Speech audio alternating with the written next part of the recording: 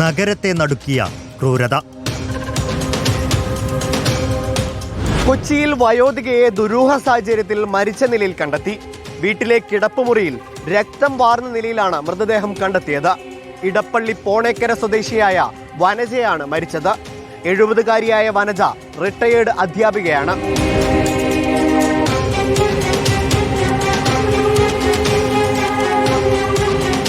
ഇന്നലെ രാത്രി 9 മണിയോടെ പോണേക്കര പ്രതീക്ഷാ നഗറിലെ വീട്ടിലാണ് മൃതദേഹം കണ്ടെത്തിയത്. ഒപ്പം താമസിക്കുന്ന സഹോദരിയുടെ മകളും ഭർത്താവും ജോലി കഴിഞ്ഞ് തിരിച്ചെത്തിയപ്പോഴാണ് കിടപ്പുമുറിയിൽ മൃതദേഹം കണ്ടെത്തിയത്. ചോര വാർന്നാണ് മരണം സംഭവിച്ചിരിക്കുന്നത്. ശരീരത്തിൽ മുറിവുകൾ ഉണ്ടായിരുന്നു എന്നതാണ് ബന്ധുക്കൾ പറയുന്നത്.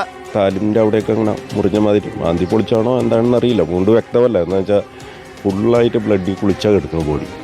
സാധാരണ നമ്മൾ കൈ മുറിച്ച് കഴിഞ്ഞാൽ കൈയിൻ്റെ ഭാഗം ഇങ്ങനെയുള്ള വരണില്ലേ, അതുകൊണ്ടാണ് എല്ലാവർക്കും സംശയം തോന്നുന്നത്.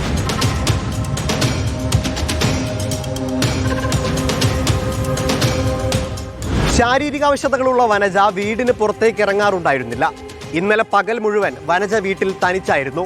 മൃതദേഹത്തിന് സമീപത്തു നിന്ന് പോലീസ് കത്തി കണ്ടെടുത്തിട്ടുണ്ട്.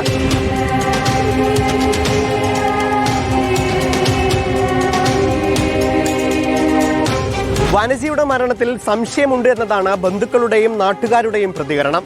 കൊലപാതക സാധ്യത തള്ളിക്കളയാനാകില്ല എന്നതാണ് പോലീസിന്റെ പ്രാഥമിക നിഗമനം. എന്നാൽ പോസ്റ്റ്മോർട്ടം റിപ്പോർട്ടിന്റെയും ശാസ്ത്രീയ പരിശോധനകളുടെയും അടിസ്ഥാനത്തിൽ മാത്രമേ അന്തിമ നിഗമനത്തിലേക്ക് എത്താനാകൂ എന്നതാണ് എളമക്കര പോലീസ് വ്യക്തമാക്കുന്നത്.